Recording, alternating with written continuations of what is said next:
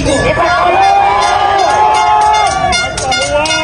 Kami po ay nananawagan Mr. President Bongbong Marcos. Ano bang klaseng investigation ang kailangan ninyo? Hindi ba sinabi na ng Vizcaya family? Hindi ba sinabi na ni Congressman Toby na sangkot sa pagnanakaw si Saldico pati si Martin Romualdez? Anong investigation ba ang kailangan? Ang taong bayan, hindi naniniwala Bongbong Marcos na may patutunguhan at may mapupuntahan ang investigation ito. Paano naniniwala ang taong bayan na may mapupuntahan ng investigasyon ito kung ang nag-iimbestiga ay sangkot sa nakawang sa gobyerno? Kaya ang taong bayan, Mr. President, pati dyan sa tagapagsalita ng palasyo na si Claire Castro, kung ikaw ay sinungaling, wag mong inaway ang taong Pilipino. Hindi ko mo ang mga Pilipino. Pinuhay mo, saan ba nanggagaling ang pektos pinibak sa buhaka ng Pangulong Bongbong Marcos? Nung sinabi niya sa kanyang SONA na mahigit 5,500 ang flood control project na natapos, yan po ay sinabi ni BBM. Ngunit ang tanong ng taong bayan, Mr. President, saan mo nilagay ang 5,500 na project control dito sa bansa? Hindi kami maniniwala sa mga politiko, hindi kami maging sunod-sunuran sa mga congressman na walang ginawa kung hindi kainin ang pera ng taong bayan. Bongbong Marcos, mahiya ka naman. Martin Romualdez, mahiya ka naman. Pati ikaw, Saldico, mahiya kayo. Pati sa mga anak ng kontraktor at politikong kumakain sa pera ng taong bayan. Pinuin mo kung gaano ka walang hiya ang mga anak ng politikong kurakot pati anak ng mga kontraktor. Hindi sila nahihiya mag-flex ng mga kayamanan nila.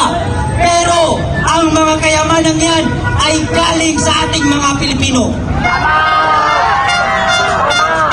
Tignan nyo si Chela Alonte, pati si Claudine Ko, kumakain sa ibang bansa, nagkakahalaga ng 759,000. Samantala ang mga Pilipino, may mga bata na tutulog na walang makain, may mga Pilipino lumulusong sa baha, habang ang mga politiko ay nagpapakain sa baha.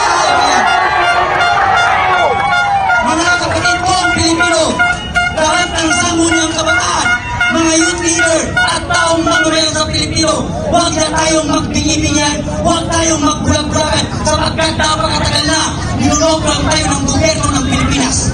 Tama na ang nakawan, tama na ang korupsyon.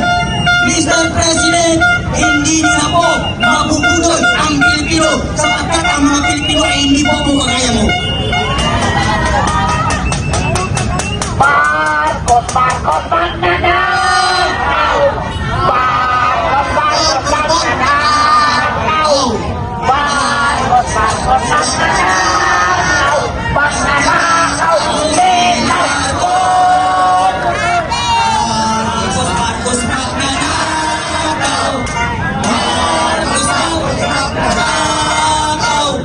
Marcos magnanakaw! Magnanakaw si Marcos! Mga Pilipino, gumising na tayo sa katotohanan. Huwag na tayong magbingi-bingihan sa matatamis na salita ng politiko at mga congressman na nagpapahirap sa ating bansa. Sila ang dahilan kung bakit ang mga Pilipino hanggang ngayon ay naghihirap dahil sa mga politiko merong sariling interes. Pag sila ang naupo at nanalo, wala silang inisip kung hindi paabayin ang termino nila at nakawin ang pera ng taong bayan. Tama? Kaya mga kababayan, hindi tayo susuko hanggat hindi makukulong si Martin Romualdez pati si Saldico at iba pang mga congressman na sangkot sa nagawang sa gobyerno. Lalong-lalo na si Bongbong Marcos na siya ang ulo ng lahat ng buhaya na ito sa gobyerno. Siya ang nagpapaintulot sa mga nagawan dito sa gobyerno. Kung gaano kawalang niya ang gobyerno ito sa ating mga Pilipino. Pinabago niya nila tayo. Tayo ay ginagawa nilang basura sa bansa na parang wala lamang sa kanila.